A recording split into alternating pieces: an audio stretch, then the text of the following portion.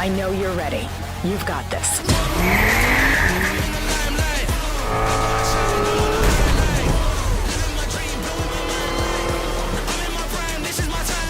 Let's tweak the car's performance for the next one. I'm feeling the vibe, taking my time like deep in the maze, making my shine bright. Whoa, I gotta make it, I'm going sky high. Never hold back, right.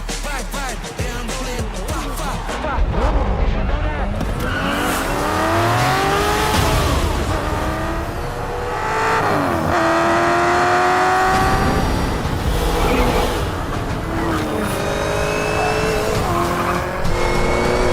That was your best lap yet.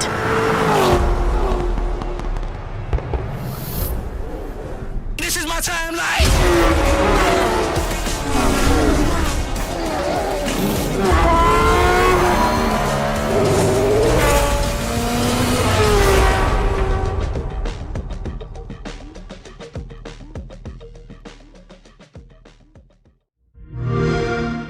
Play it day one with Game Pass.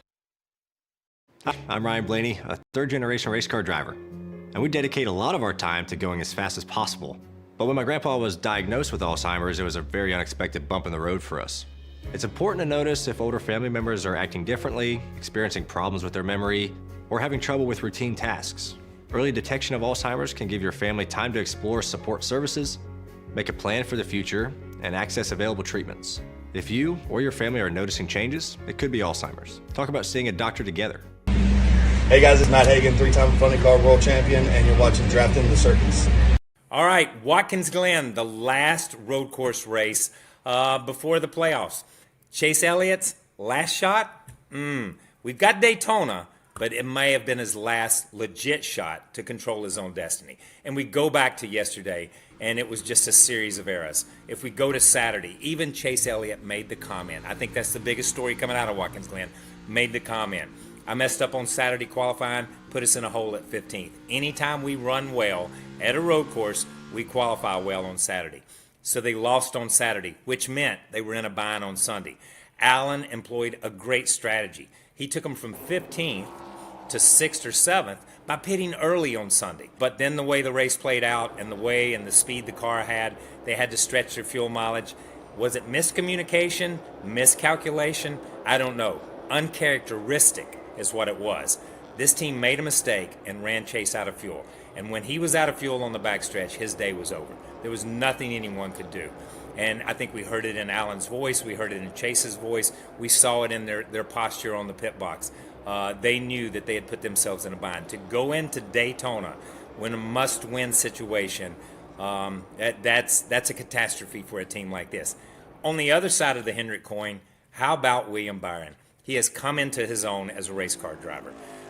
Winning the way he won, I swear, there were moments I thought Jeff Gordon was driving that 24 car.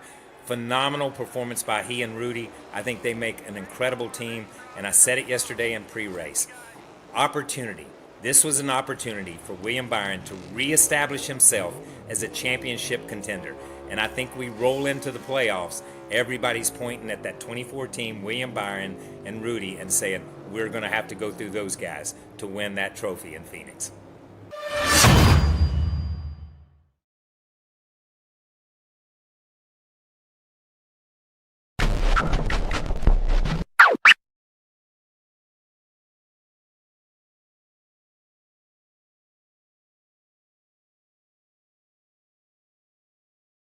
Driver, start your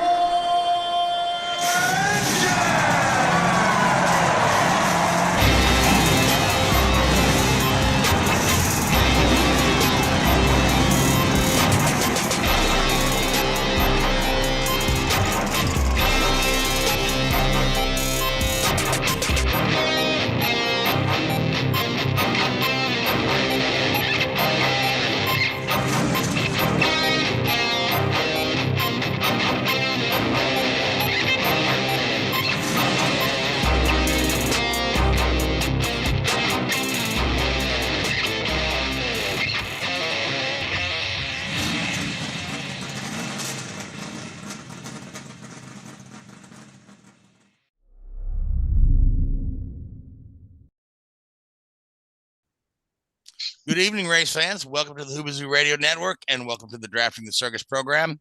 My name is Frank Santarosky. I'll be your host for the next hour as we talk about this past weekend in racing and preview next week.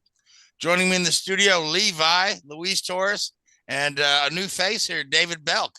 Guys, how we doing tonight? All right. Awesome. Doing good. All right. So first off, hats off to our sponsors, Forza Motorsport and Xbox, the Alzheimer's Association, and Luis Torres Multimedia. So you notice I said that correctly this week because Luis is here. And is that any relation to the Luis Torres that's on the podcast? Yes, it is. Okay, same guy. Got it. Yeah. Same guy, right? Yep. So if you need some professional photography done, that's your guy right there. Yeah. Okay. So or simply just donate to my cause as well, honestly, because I am mostly Pacific Northwest, but any funding is good funding. You just send him some money. Okay. Yeah. So anyway, we're gonna start off our show on a bit of a tragic note. I'm sure some of you have heard the news there, but Alicia Albertson, 24-year-old young lady who races sprint cars for Tony Stewart, lost her life in a traffic accident in the Indiana area. And I mean, it was a road rage incident, and they just seem so senseless to me. You know, I'm pretty familiar with that stretch of highway. That's 65 is the main thoroughfare that goes from Louisville up to Indianapolis. And, you know, there's quite a bit of traffic on there, right? And, for the life of me, I don't understand why people drive that way. Now, for the record, she was not behind the wheel. Her fiance was driving, and then in the other car is another young male, 22-year-old male, I believe. And it's just a matter of, I'm going to pass you, no, you're not going to pass me. And then we got out of control. Alicia was thrown from the car, evidently. So just tragic. The other folks were treated for non-life-threatening injuries. But, my gosh, our thoughts and prayers are with her family, her team. And, Tony Stewart put out a statement today that Ashlea had an infectious personality and she could light up every room. So she'll be sorely missed to the team. So, and again, when you're driving, just be careful. Remember, speed kills. You want to drive fast, keep it on the track. There's other folks out there just trying to get to where they're going. That's kind of all I got to say about that. So, Louise, are you familiar with Alicia at all? I know you watched some of that dirt sprint racing. I wasn't familiar with her compared to other female dirt racers out there, so I don't necessarily have an input. So what I heard about the story the first time I recall hearing from her, I may have to look back at some of the photos I took at Circle City in 2021 to double check, but I highly doubt she partaking in that circuit as far as in May 2021 when the track opened.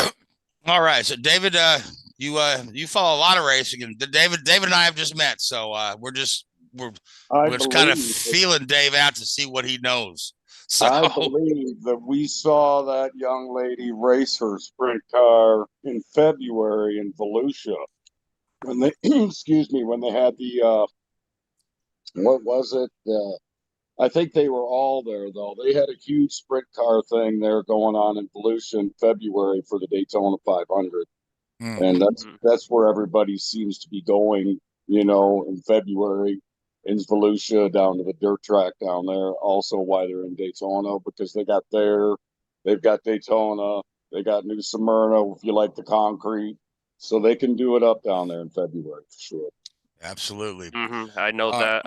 I know that time period quite well. Still owe money for 2021, but regarding doing New Smyrna. All right, now Louise, you can stop. You can stop begging for money at any time. No, somebody owes me. Somebody owes me money for 2021. The other one is more as if willing to help have a budget, because in racing, budget is everything. Since we were going to talk about last week when you said Luis Torres Motorsports. Yeah, that's right. All right. So speaking of female racers, we've got some really good news regarding Michaela Moore, who's going to be on our show in a couple of weeks on the 13th. Lee, I'll let you break that story. How was Michaela's weekend this past weekend? She had an amazing weekend. So if you remember, Michaela Moore is a young woman who races in the Build Train Race Series.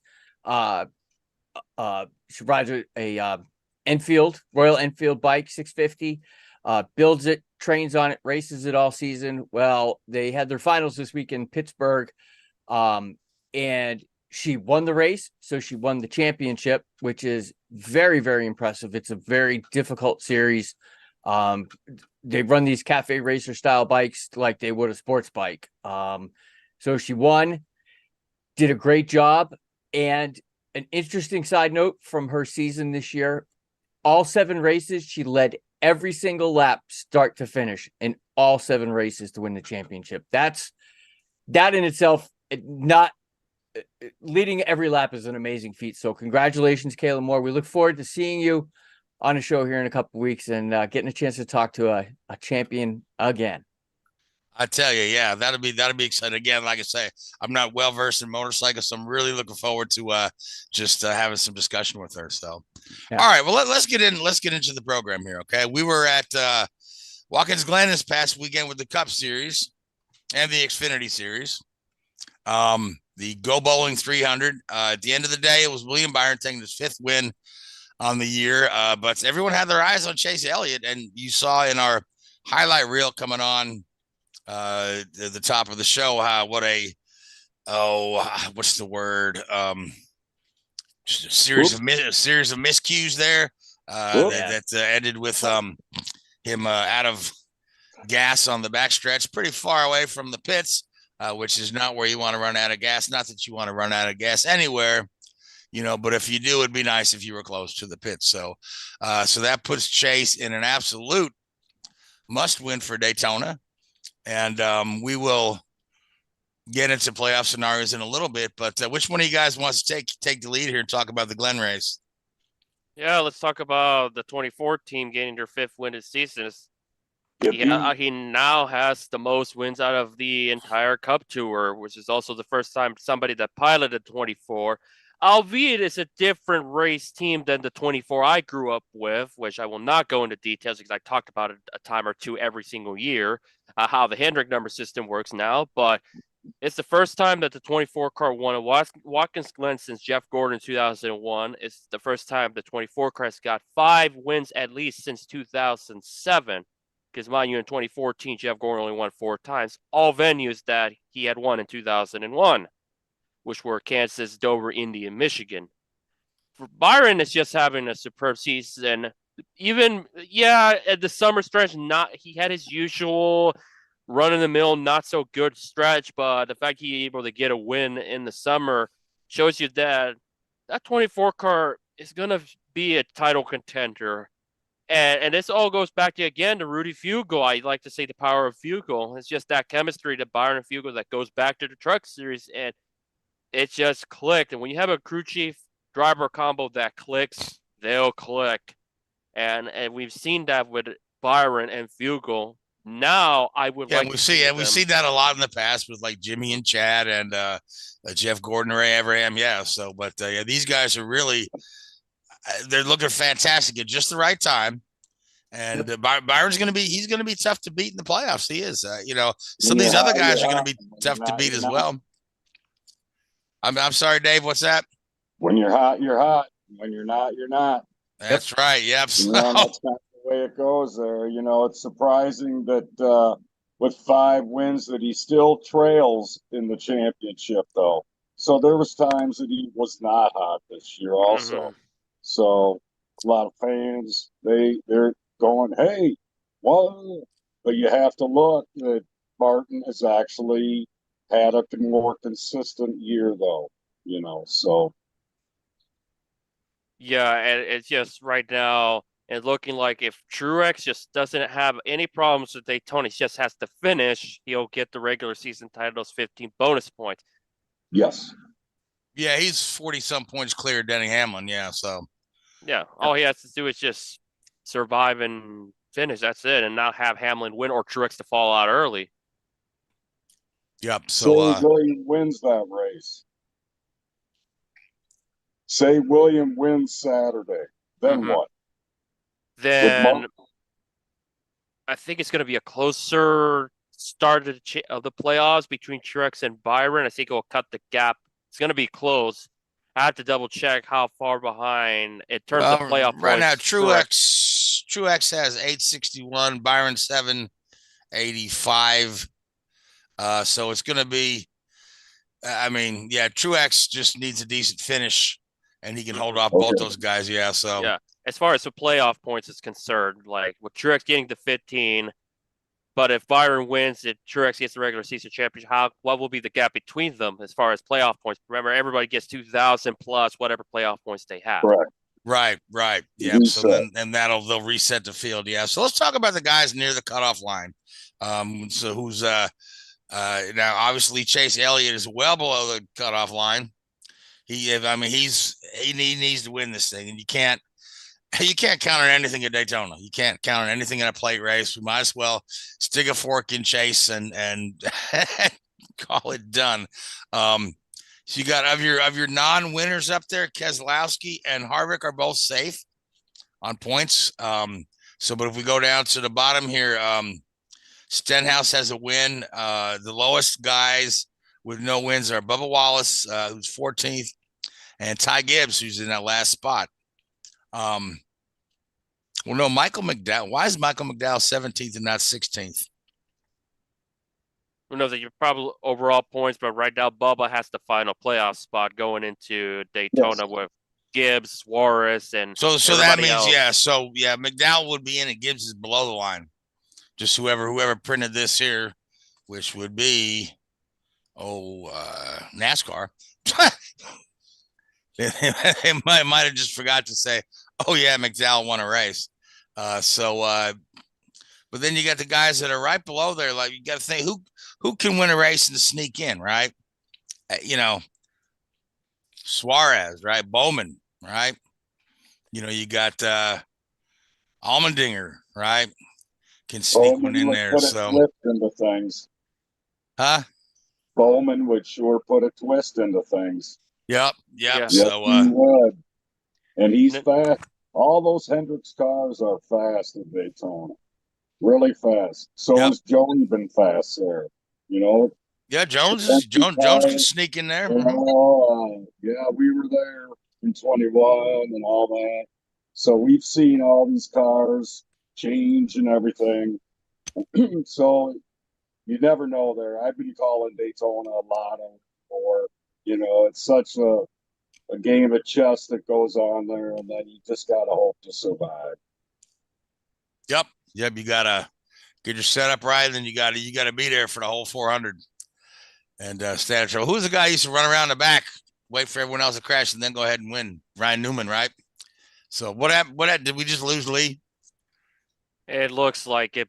You've had guys like Dale Jarrett, Bobby Labonte, Tony Stewart. Your typical guys that run in the back, and then when it's go time, and they went for it. Only for like Dale Jarrett to be one of the few that actually successfully pull it off. Twice, matter of fact, right? Yeah, as far as super speedway racing is concerned, I know he did it in 05 at Talladega. Yep.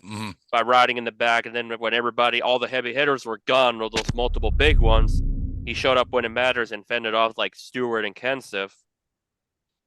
Yeah, so let's turn our attention back to Watkins Glen for a second, because Mike Rockenfeller was in the news. He had his best Cup career finish, right? But he said he's really enjoying himself, and he'd like to hold on to that ride. So I mean, Louise, what are you hearing on perhaps a full-time prospect for Rockenfeller in the series next year? I've heard nothing about Rockefeller going to full-time. In fact, I've heard more about a certain another driver that we'll discuss later than Mike Rockefeller. Well, you could discuss him now. Well, I was going to say Linus Lundqvist, but we'll talk about Linus Lundqvist. Oh, yeah, let's wait till the IndyCar section for that, yeah. So. But, yeah, no, Josh Berry will be in the 42 at Daytona. If he wants to, I think they'll probably put him on the Robo at least, and then they got to figure out who they want to put in the 42 from time to time, and if and when Jimmy Johnson will even come back. He may, because the way it may look like he may not come back at all, because of the circumstances with his family, and especially his wife Chandra is the reason why he didn't drive Chicago, and he hasn't been around since then in terms of when he's going to run next and vice versa. Yeah, we may not see him in a car again this year, and that wouldn't surprise me. So, all right. So, Xfinity. Who won Xfinity at was Ty Gibbs, wasn't it? No, Ty Gibbs got turned by Sam Mayer. Oh, that's right. Sam Mayer and Ty Gibbs, who are fond of beating up one another. Yeah. and Sheldon Creed had that race in the bag, but he overcooked it to turn in the final corner and then gave Mayer the lead back. What is it going to take for Sheldon Creed to ever win in that series? Good grief. We talked about Sam Mayer. It's like, will he ever win? But at least Sam Mayer has like an average finish of third in the last 5 or 6 races. He's on we're talking about William Byron on a roll. Sam Mayer is finally breaking through, albeit some will say, oh, it's not on merit. He got lucky in Road America. And Sheldon Creed gave him choked the win away at Watkins Glen, but he's producing race finishes, and now he just has the wins in his arsenal. I'm just curious how Mayer's going to do in the playoffs. That's the big challenge for me. I would like to see have unfold. He's proven he can win. However, he can get it to win. However, he can win no matter the circumstances. It doesn't matter how he's going to do with the playoffs. Because you can have the greatest momentum in the world, and then come playoff time or a certain round of the playoffs, goose eggs. You never know. Yep. All right. So that kid's pretty good. You know, he came from up here, up north, so he was racing around a little circuits up here. He's pretty good racer, and I've watched him grow. And same with Creed. You know, I remember watching him win up here in Madison in the ARCA series, and then I thought, well, for sure he's going to really do well. But he's been on the edge there for sure. But I think that he will break through sooner or later, and Sheldon Creed's going to be really good too. Really good. Absolutely. All right, so Xfinity's going to be at Daytona this coming week along with the Cup Series, but the trucks and ARCA are going to be at Milwaukee. Returning to Milwaukee, here's a track that was nearly dead and gone as recently as like 2010 when they laid off the entire staff, but it's been brought back to life slowly but surely. You know, they've gone from selling off big sections of grandstand to opening back up for professional racing now. They've remained active with driver schools and club racing and events like Miller's at the Mile. But this is a true test for Milwaukee to hold a professional event again.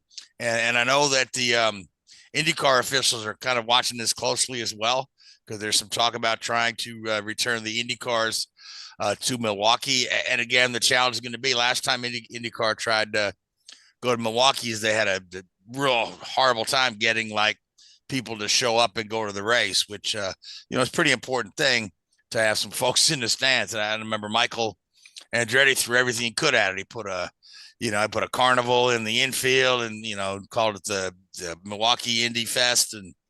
But still just wasn't profitable. So even the night races, even INDYCAR night races there. Yep. Yes, they did. I went to the night races there. I went to Milwaukee many, many times. Place is a really awesome racetrack. I'm glad they're revitalizing. When you spoke of that, I had read that Roger Penske was up there with their board. Yeah, Roger went. He's kind of pointed out what kind of safety upgrades they would need to make in order to bring the Indy cars there. But it seems more and more likely that that's going to happen. Whether or not it's a success after they pull it off, but it already looks like we're dropping the second race at the Indianapolis road course. Looks like we're going to drop that for next year, so that leaves a hole in the schedule that Milwaukee could fill nicely. So we'll have to see how that goes. See how the truck and ARCA weekends go. Hopefully, I hope they bring a great crowd. I hope they have a good race. I hope everybody's safe and everybody has a good time. And I hope these guys make some money. So let's hope so. For ARCA national level, will be the second straight year they come back to Milwaukee, but it's the first time you have the truck series back in a real long time. And also, and speaking of the truck series, we're near the end of the GMS racing era of their term, because they're going to cease operations at season's end. Yeah, I did read that. Yep. Which leaves Grant Enfinger without a ride again, it's just not looking great for him, in my opinion. Daniel Dye, he's going to have a ride next year. He already has one. It's just a matter of where he's going to end up going. So, tough times from GMS. I know one of the people that work there personally, so it's a darn shame that was what is going on. But it does sound like their main effort is just going to be on the Legacy Motor Club, and of course with the Toyota program they're going to be working with next year. Right. And of course, Kyle Busch still running a truck team, right? Yeah, Kyle Busch said, a completely different entity, but that is not good to see a top caliber truck series team go away like that. And we've seen that it happen every few years. You have a top team that just leaves and shuts down. Right here, like Brad Keselowski Racing. Yeah. How that put a deep hole in the truck series terms, especially for the Ford camp, that for a couple of years they didn't really had a strong Ford camp besides Store Sport, which I think they had.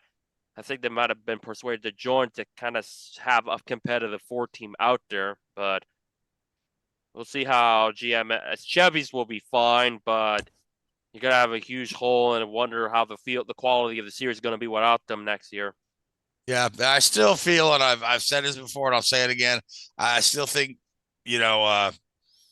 NASCAR has too many rungs on their ladder. That they need to put a little more focus into ARCA, and then they need to merge trucks and Xfinities, call them X trucks or Truckfinities. I don't know. But, I just feel like the series overall would be stronger if you had the owners of the both truck teams and the Xfinity teams all in one series. You'd have a little more spread the wealth around. But again, that's just me. I remember when they added the trucks in, was it in the late 90s, somewhere around there, early 2000s. And it was a bit of a novelty thing, but I mean, gosh, just kept going, and they still, they still look unique compared to the Cup and Xfinity cars. The Xfinity cars and the Cup cars look so similar. So, that's just my thought. Dave, you watch a lot of truck racing? Yes, actually, yes, I do. I got my own opinion on that. I would say that the truck series is pretty strong, with building the trucks. I just agree with him that they could be in a trouble with the Fords, but I still say that those kids, need those trucks, to jump into those Xfinity rides just to get a little more experience. But we were there for we saw them there in the race in Milwaukee there. I was there for that. So I've already seen them there. We did quite a few. We've seen speaking of Enfinger, I remember talking with him when he was a rookie with his parents there in Daytona. And it's kind of a sad thing to see that he's looking for a ride now, So I think that someone should pick him up for sure. He's pretty good. Well, maybe there's a spot for him at Luis Torres Motorsport. Yeah. I'm gonna have to have millions of dollars now and have a square garage. It's a vacant building that will have cars or trucks in the garage. But no, it is a tough scenario for Enfinger because it seems like Roger Carruth will be okay, Daniel Dye's gonna be okay. It's just Enfinger's that big circle, and he's been like one of the more fair and cleaner truck series drivers that they've had in terms that's been there for a long, long time. And it'd be a shame if nobody picks him up. Yeah, he has some sponsorship, but how much to kind of for race teams to see. All right, we'll bring him on and see how he can do on a full season campaign. Reminder, he's one of the few drivers that didn't get an approval for a waiver because he didn't have the schedule. We've seen in the past, like Tyler Ankrum drive for Joe Nemechek just to keep himself playoff eligible. So, if we talk about, we could talk about waivers all we want, but there's been a few times in the truck series where you've seen people don't get their waivers approved. Yeah, it's funny. It seems like at the Cup level, they just go ahead and I don't know that I would have approved Elliott getting a waiver for getting suspended. It seemed like that should be its own punishment, but yeah, I mean, they let Sauter keep his playoff eligibility, so yeah. All right, so let's talk about, before we move away from NASCAR real quick. There's an announcement earlier this week or late last week. Tommy Baldwin Jr., who's been a mainstay in the NASCAR garages for decades. He currently is working with Rick Ware as the director of competition. He's announced that he is fighting cancer, and so the whole garage is banded around him and keeping them in their thoughts. But my God, cancer sucks, man. I really hate to hear this. Cancer took our friend Gray from us, who used to do this podcast with me week in and week out, and I really miss that guy. But so let's wish Tommy Baldwin well in his battle. I mean, there are people out here that fight this thing and win all the time. So I hope that he's one of them. So just keep Tommy Baldwin Jr. in your thoughts. So that being said, David, I read there was a rule change also in NASCAR, did I not, with some foam in the door panels? Yeah, they announced they made some changes in light of what happened to John Hunter Nemechek late in the Xfinity race, where the crew were fixing the door just to keep him going. Otherwise, if they didn't do certain things the way NASCAR wanted it, he'd be done because of the foam. What was the issue with the foam? I must have missed this news story. Was it falling out of the door, or was it? It wasn't attached properly or something. And now they want you to have it put in with the original door. Or you can't have it taped in there or something I read. Yeah, it probably makes sense to have it in there good and secure. Get you some Gorilla Glue. No Regador, in other words. There, I think yeah. So I didn't see race cars had doors, but what do I know? Yeah, which means by today's rule book, Vinnie Parsons would have not won the 1973 Cup Championship. Yeah. Okay. Yeah. You know what? You sound as bad as Felipe Massa right now, trying to overturn old championships. No, but no, I will not be against a Nico Rosberg Williams win in 2008, though. I would not be against it. All right. So who do you guys like for Daytona? Louise? Screw it. Ty Dillon. Ty Dillon. Okay. Makes the playoffs really over Corey right LaJoie. there. Okay. All right. Go. So you're going for Byron, huh? So I don't know. I don't want to pick Stenhouse. But I'm going to tell you this. I'm going to tell you this about Stenhouse. Did you see his car at Watkins Glen? Yes. Sponsored by Eggo Brunch in a Jar. Mm-hmm. Holy crap. That's the coolest thing ever, man. You know what I mean? It's sipping cream liquor with a waffle in it. It's one of the best paint schemes the 47 car has had in year ever. I just wonder what that stuff tastes like. But I'd be afraid to buy a bottle of it and then turn out it is like drinking Carol syrup or something that's sweet, and then take two sips out of the thing and not have it. But anyway, I didn't see him coming in there and winning the 500 the way it happened there. Yeah, we were there. I took 10 bets this year, thinking I had it in. I was on it with 10 guys. Well, guess what? Here comes Ricky into the lead, and I just might as well ripped up all of my bets for that race there. But that's the way it worked for 3 years in a row. We were there for the pandemic. Brad throwing his helmet on fire, and there went my tickets up in the air. Ever since, it's been making Daytona pretty interesting for sure. That's why I call it a lotto for those guys. It is, yep. Yeah, it definitely is. It's so too bad I cannot do any bids or betting because of A, I cover racing, and B, it's not allowed in Washington. So I could never win Clint Boyer's money, which it will never happen. That's a bummer, man. Yeah. So all right. So I'm not actually picking Stenhouse. I just wanted to bring up the Eggo waffle brunch in a jar because why not? We need. So in other words, you're picking Riley Hurst to win. Riley Hurst to win. No, I was leaning towards Bubba Wallace. He's always strong on the super speedways, and here's a guy right near the cut line, where he's likely to kind of sneak in there anyway, but it'd be nice for him to go into the playoffs with a win. So I'm gonna go Bubba for the win, and then we'll just see what happens Saturday. Hopefully, The weather will cooperate. They're talking there could be some major weather coming through Florida. This weekend could jumble up the schedule, but I mean, how many Monday NASCAR races have we had this year? A bunch of them. Yeah, and Truex has won all but one of them. Yeah, true.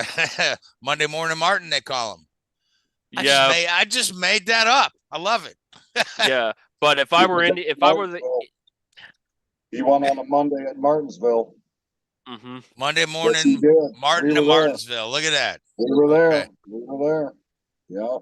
All right, so let's move our attention to the INDYCAR series. We had a weekend off, but we did have a lot of news coming out of the series. But we are going to Gateway, which is a Worldwide Technology Raceway, at least this day and age. They always put on a pretty good show there. Obviously, Joseph Newgarden goes in as the favorite, having won every oval race this year. But there's going to be a twist this year. This is for the first time we're going to have alternate tires on the oval. Generally speaking, we just keep with the black tires on the oval, but they're gonna be able to run a set of the alternate softer compound red tires on the oval, and we'll see how that goes. It's obviously probably going to result in some shorter stints because I feel anyway that on the red tires on an oval, the fuel will last longer than the tires will. Because we've seen the tire deg on the ovals be, can drop off pretty quickly, even on the black tires. So this will be interesting to see how this plays out. But whoever gets that strategy right is going to be happy at the end of the day. So, Louise, your thoughts on Gateway? Newgarden is really tough to beat at Iowa. Right. Yes, except he swept the weekend. Yep. Yes, Newgarden's won every oval this year, so you were there for that too, and he dominated that from the word go all weekend long. Yes, he did. Yep, that whole weekend. Yes. All right, so you're picking Newgarden. Yes. Louise? Yeah, Newgarden is trying to do something that hasn't been done since Sebastian Bourdais, but to be fair, one oval race does not count in my book. What I want to say, he's trying to do something. It's like Sebastian Bourdais won all the ovals. Yeah, but it was only Milwaukee. Okay, yeah.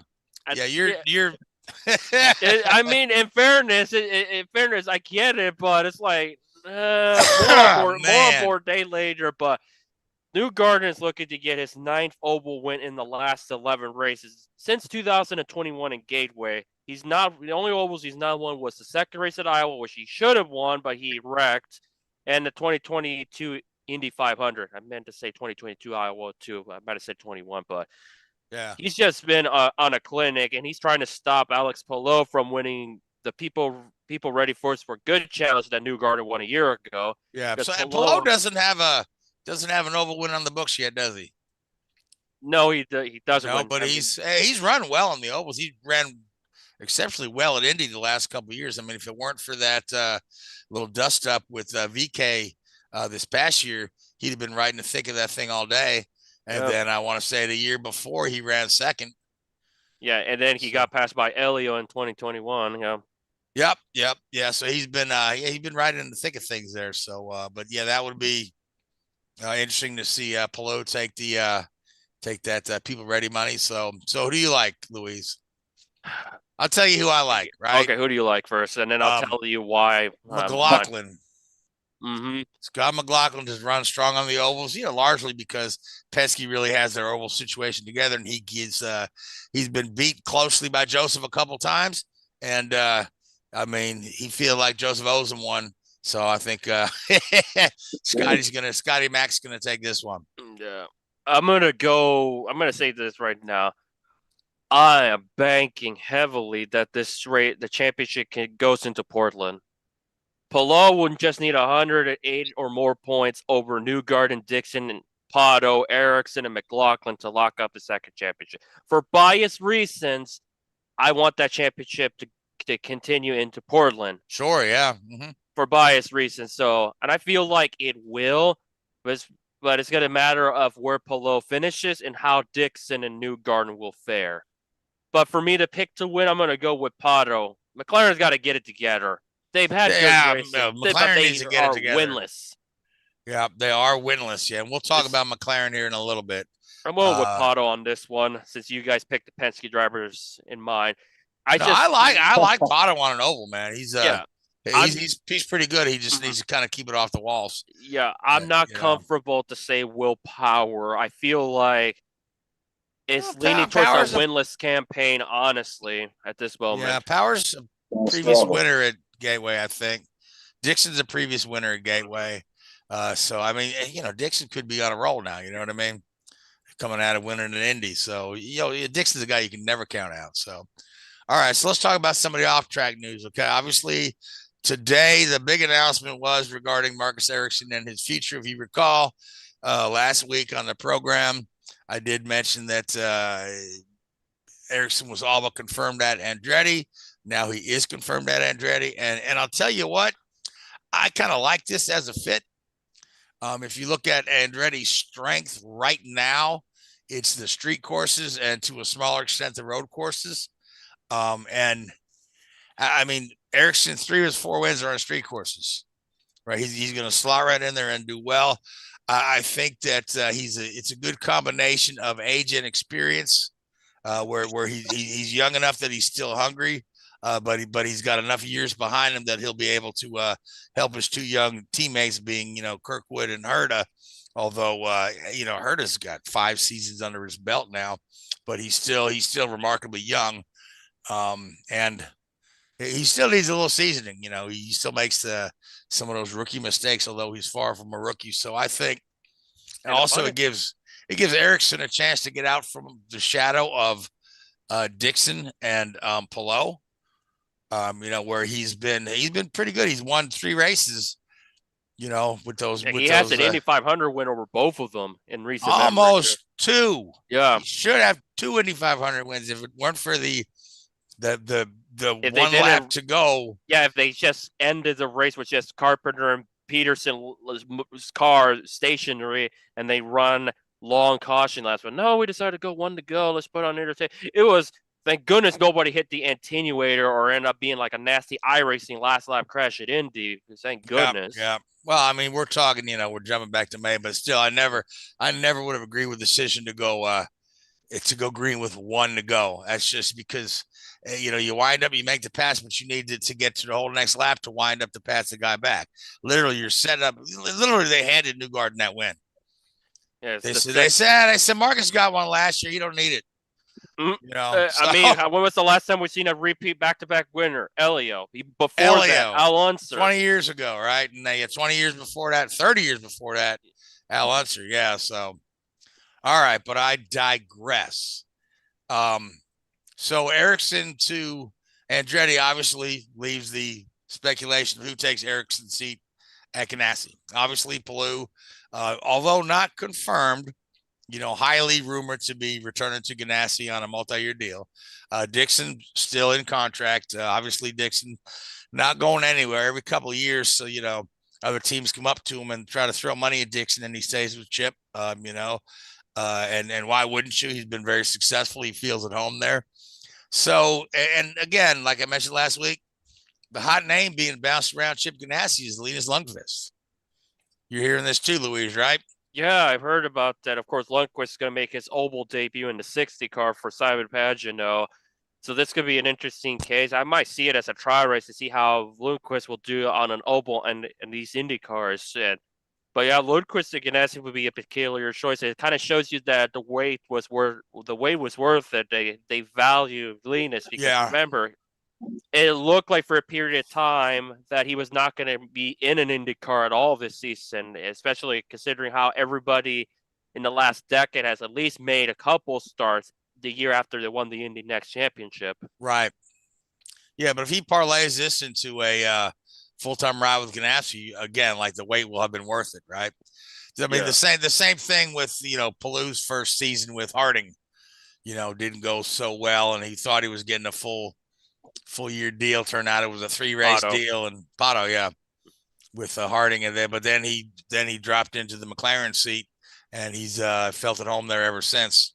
Won a couple races here and there, 3, I believe. So, but again, But the question now remains is that which car he's going to be in, which Andretti cars is obviously either going to be Grosjean or the Francesco seat, because it seems it's not public information yet, but it's pretty well out there that Grosjean will not be returning to the team, which means there's another pretty decent seat available there.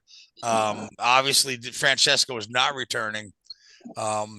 And from all reports, Ericsson is getting a pretty nice paycheck from Andretti, which is what he wants, which is what he feels like he deserves to be paid as a driver and shouldn't have to bring along a sponsor. And I think Husky Chocolate is about done.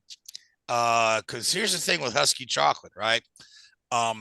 They hired Stanton Barrett, right? You'll recognize the name from NASCAR as their U.S. distributor like 3 or 4 years ago, right? And nothing has materialized with that. You still can't get Husky Chocolate in the United States. I think the only way you could get it is at Indianapolis when they were offering it at the track. Yeah, when they shipped some over, but you can't even buy it in most of Europe. You could get Husky Chocolate in Sweden and Norway right now. So their plans for international distribution have kind of hit a stumbling block, and I don't know what it is. But you can get Rowdy Energy way quicker than Husky Chocolate. Exactly, yeah. But it makes no sense for them to plaster their name all over a car in a series that races exclusively in the United States when you can't even get the stuff. And Ericsson's fans are always, every now and again, I'll read something on social media. Hey, how can I get Husky Chocolate? I mean, you can have some shipped over, but but literally it's for them right now, sponsoring an IndyCar is a dead end that's getting them no return on investment. Yeah, and I'm willing to bet if he ends up replacing Grosjean, DHL are willing to give him a chance. I mean, when you look at it, he's an Indy 500 winner. That will be convincing for DHL. They're like, okay, we'll stick around with Ericsson. Yeah, and he's also got he's got a pretty good fan base too. What's the word I'm looking for? He's got a very kind of pleasant personality. You know what I mean? He's a good spokesperson, right? He's not he's kind of in that Hunter Ray mold. You know what I mean? Just seems like a nice guy you'd like to have a beer with, right? You know. What will happen with Grosjean? He'll go to he's got sports cars. He's got the Lamborghini program where he's their test driver for Lambo. Which was announced at the beginning of the calendar year as well. Yeah, but that was supposed to, work around his IndyCar schedule. So Grosjean's name has popped up for a couple of other seats out there because there's still a few seats to fill, when we talk about a few things here, right? So obviously now Milwaukee is the other guy in the news because immediately they went right to him after they made the Ericsson deal and said, hey, does this affect you in any way at all? He said it does not. He said his future looks really good and really solid. He just can't say what it is yet, right? So with some people, I see. Didn't they say something he might end up with? McLaren. No, not McLaren. Yeah, I was thinking he might end up in the fourth Andretti. But that's the other name that's being bounced around. And then of course now DeFrancesco still got his money. His name's being bounced around at Coyne to replace Malukas. And Dale Coyne likes nothing more than a driver with a lot of money. That's his favorite kind of driver. And whether they're good or not yet to be seen. But as we've seen in recent memory, you got to be pretty good in delivering a Coyne car because you've seen Palou, we've seen Santino have flashes at Bourdais, and so on. Yeah, Justin Wilson. Mm-hmm. Yeah, speaking of guys that have won in Coyne cars, so it looks like Marcus Ericsson is going to be returning, or Marcus Armstrong rather, going to be returning in that 11 ride, probably with a full time. Sato's probably going to be maybe an Indy 500 only deal somewhere.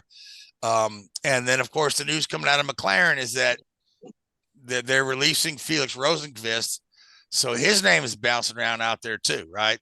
Yeah, the question is where will he go? Could be the fourth Andretti car, could be the. Oh, this is true, but it's all over the place right now because for all we know, Lucas could go to McLaren and Ericsson. Yeah, and all we know is as you look at the depth chart, it's just Steve Grosjean is looking like he's out, and same with Jack Harvey. Yeah, Harvey is he needs to see what's going on in sports cars. Yeah, he's hoping for an IndyCar reboot, but but I mean, we've known for a while this is going to be a very interesting silly season, and it certainly has been. And of course, Palou has provided all the drama, and the latest drama there is now McLaren is suing Palou. There we go. Just like, they Palou sued Ganassi sued Palou last year. This year McLaren's suing Palou. But actually Chip Ganassi's not named in this particular lawsuit. They're going right after Palou. And they want $20 to $30 million in damages. Now, I know they paid him an advance on a salary, but I can't imagine they paid him $20 million. I think they're adding in the cost of the testing program for him in Formula One and all that other stuff. So we'll have to see how that plays out. But all we know is this: it is ravaging any potential opportunity of him ever going to Formula One. It's done. It's ravaged. It's dead. Here's my thought on that, Louise. Okay, because I've spent a lot of time thinking about this. Right. I spent a lot of time commenting on it and listening to other people's thoughts on it. Mm-hmm. If you ask me, his former management company, the Monaco Increase Management. Now, the guy that runs that, right, he is dying to be a player in Formula One. That's what he wants to do. And I think he was really pushing Palou into this situation that would eventually lead to him in Formula One. And that's what the impetus of him signing with McLaren when he's still under contract with Ganassi. I think that was all Monaco Increase Management and that guy's desire to get himself as a player in Formula One. So I think he was looking at his own best interest and not Alex's best interest. And I think as Alex said and thought about it and enjoying a very fruitful season with Ganassi, he realized that he's better off staying where he is. No, totally. And so him and the management company parted. They could say they dropped him all they want, but I think it was probably mutual. He said, look, I don't want to go to McLaren. I'm pretty happy here. I win races on a regular basis. I've got a good relationship with my teammates and engineer. Why would I want to jump into a fire like that? And I don't blame him one bit. It's just this lawsuit pretty much kills any sliver of hope of those who think he's going to end up Formula One just because, he's accomplished everything already but the 500. But it gives him more opportunities to go for the 500 because that's the one race that's eluded him. That he's done it all. The only thing he doesn't have is just Long Beach at Indy. Yeah. And he's got plenty of good years ahead of him, though, right? He's still relatively. He's older than you think, right? He's been around longer than than guys like Malukas or Kirkwood. He's been racing since 2020 when he drove for Coin that one year. Yeah, but I think you want to say he was probably 28 when he was with Coin. So. Well, I'm at 20. I don't know. I am about 3 or 4 years older than Palou. Yeah, he's Palou is. He's a little old to start in Formula One compared to the guys that start in Formula One in this day and age. Mm-hmm. When you think about Max he was still wearing diapers and braces when he was in a Formula One car. So David, what are your thoughts on all this IndyCar driver movement? I mean, you like some of the moves, dislike some of the moves? I have to agree with all of that. It sucks for Palou that he was being sued, for moving around. But, it's so much money. The one thing that I do like seeing now with the IndyCar series, there were times that there'd only be 18 cars that would show up. It's nice to see for the series that you see 24, 26 cars in a field now. That's really good for their series. So there should be all those drivers that are really good should find seats. Helio's out after this year. Who's going to take his seat? Tom Lundqvist is taking the Elliott seat. Yeah. The other question mark is Pagenaud, if he's going to be well enough to return or not. But that's the car I'm hearing associated with Felix Rosenqvist, the MSR car, Pagenaud's ride. So that was a heck of a wreck. yeah, I'll tell you. And if say Felix goes there, I feel like this would be the ultimate test for Felix. And is how would he do as the number one guy? Sure, Lundqvist is the number one guy in the team side because of how successful he's been in IMSA. But when it comes to IndyCar, Felix would be the main guy, I'd imagine. He'd have to be, yeah, because you know, Lundqvist is essentially a rookie in the series, so yeah, and they're gonna need somebody that knows what to do to mentor him. Yeah, so and again, that team really needs to step up their game. They have been miserable this year. They all have to support their sponsors, to be able to afford those cars to run around this country. You have to perform now. And it's understandable if those drivers are under pressure, no different than in NASCAR or any other form of motorsports. If you're not performing, there's somebody else that they can plug in there that will perform maybe just a little bit better. And you just never know in this time and age anymore. The concept and everything like that. The loyalty thing, it's there, but they're always looking for somebody better. You're only as good as your last race. That's correct. So all right. So the other tidbit of news revolves around the AJ Foyt team, who have entered into a technical alliance with Roger Penske's team. So, and if you're gonna pick up a technical partner, you know what I mean? That's a pretty good partner to pick up. Penske kind of knows what they're doing. They kind of know their way around the racetrack, and I think they saw what they saw at Indy with the Foyt cars, and they have literally it's one of the most professionally run organizations in all of motorsport. So for Foyt, I mean, this is it's definitely good for Foyt. They're going to have use of Penske's damper program, which should immediately improve their cars. And for Penske, it gives them a chance to evaluate some younger drivers, get them in the Foyt car rather than, throwing them right in a Penske car, because, it's a bit of a waiting list to be a Penske driver. Yeah. All those guys are locked in for a little while. It's probably willpower. The only team the only team that from year to year you see very little movement out of, right? Yeah, it's the only team where all their cars secured going into 2024. Yep, that's the only one. So that's amazing news for Foyt, and it'll serve to help Penske as well. But you always kind of like seeing those things here, because again, the Foyt team has had flashes of brilliance this year that were so good at Indianapolis, right? It was like they were a different team, right? But then we get to Detroit, and it's the same old.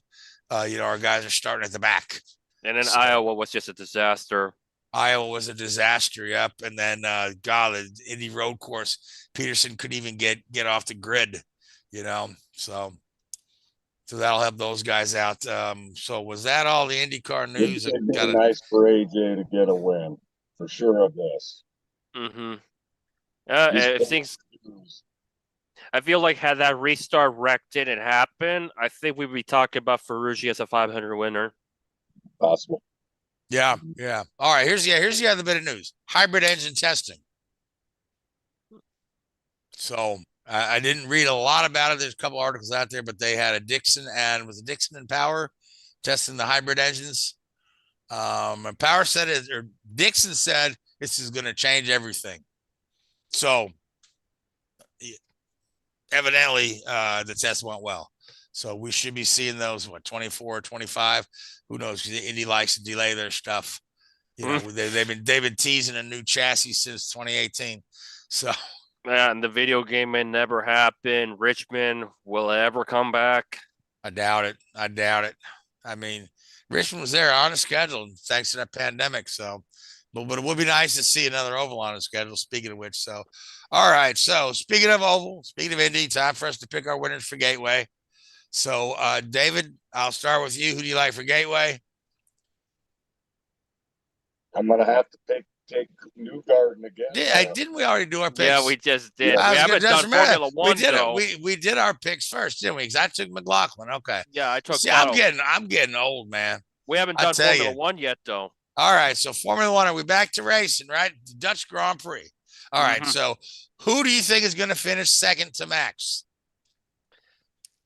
I think this has the writing of a Hamilton runner-up. Hamilton runner-up. Okay, so David, we never picked the we never picked the winner in Formula One because it's always Max. So you get to pick who finished second.